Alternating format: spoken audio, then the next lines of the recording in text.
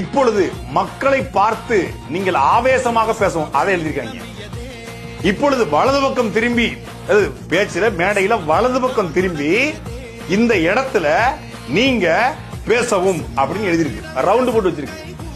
ஒரு director sir நீங்க இந்த இடத்துல இருந்து என்ட்ரி ஆகி வெளில வரிய வர்றீங்க, வந்தோடனே அங்கிருந்து வில்லன் ஓடி வர்றான், நீங்க அவனை பார்த்து முறைக்கிறீங்க, முறைச்சிட்டு நீங்க திரும்பும் போது இந்த பக்கம் வந்து உங்க அப்பா வந்துடுறாரு, உங்க அப்பாவை தடுத்துட்டு அவனை அடிக்கிறீங்க அப்படின்னு டைரக்டர் வந்து எப்படி சொல்லுவாங்களோ அதே மாதிரி மேடையில போய் நிக்கிறீங்க, மைக்கில் நிக்கிறீங்க, போடியத்தை பாக்குறீங்க, அப்புறம் நேரடி எடுத்தோடனே சிங்க கதையை சொல்றீங்க, அதை எமோஷனலா அப்படி கனெக்ட் பண்றீங்க. அதுக்கப்புறம் சிங்கங்களை சொல்லியாச்சு, சிங்க குட்டிகளையும் சிங்க பெண்களையும் சொல்லாம நல்லா இருக்குமா? என் நெஞ்சில் குடியிருக்கும் உங்க எல்லாருக்கும் உயிர் வணக்கம், உயிர் வணக்கம், உயிர் வணக்கம், அது முதற்கொண்டு எழுதியிருக்காங்க. 3 முறை உயிர் வணக்கம் சொல்லவும், சிங்க பெண்களை சிங்க குட்டிகளை சொல்லவும்.